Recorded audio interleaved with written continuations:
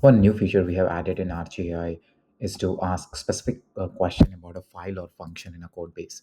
So a lot of times in a really large complex code base, it becomes hard to channel LLM toward a particular file.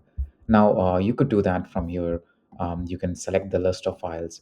For example, I want to select what's the scanner strategy, what's the GCP, scanner strategy for this code base.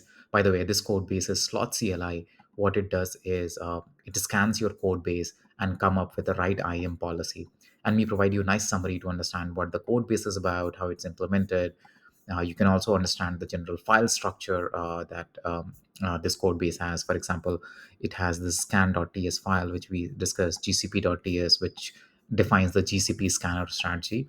And then you can also see the heat map, that which files are changing a lot, which might be more critical for the code base. Get the file linkage graph, that these files, for example, are linked a lot, and again, more core to the business logic. Some of this, like color and all, maybe just used for making it pretty, but others could be more important. So coming back to the example, so what we did was we added these two files, and this is in React, but because I like Python, what I can do is I can say that use the code to write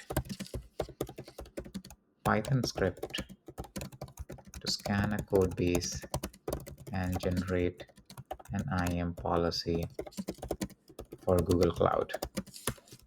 Now, for this particular repo, the aspect of IAM generation and interacting with LLM is in a separate component or a separate code base, so that it cannot. So it will likely put a placeholder. Yeah.